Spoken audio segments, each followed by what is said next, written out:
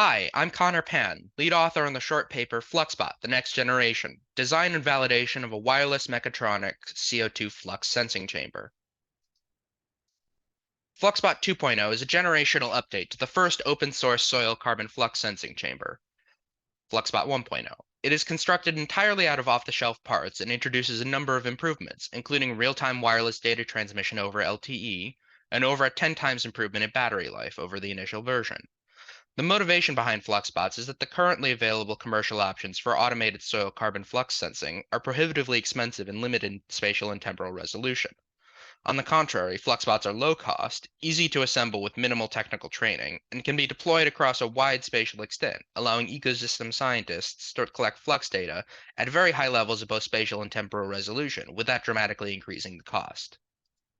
The updated Fluxbot firmware runs on a particle boron microcontroller with LTE capability, has both onboard and remote data logging capabilities, and includes sensors for atmospheric CO2 concentration, pressure, temperature, and humidity.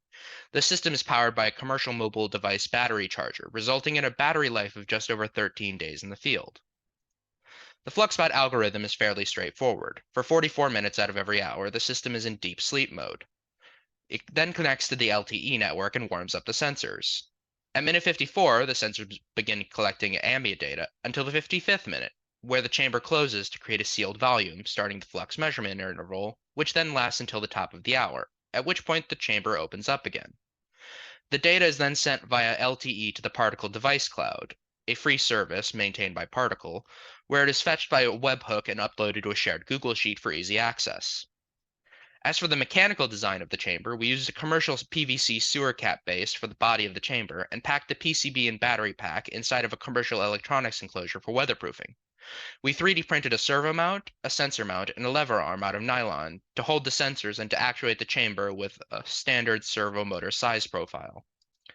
We evaluated our sensors by connecting them to an established precision gas analyzer as ground truth and demonstrated high levels of correlation between the calculated flux estimates from the Fluxbot and the analyzer, showing that while the Fluxbots are not nearly as precise as commercial precision gas analyzers, the quality of the Fluxbot data stream is good enough for flux calculations with a high level of correlation to ground truth.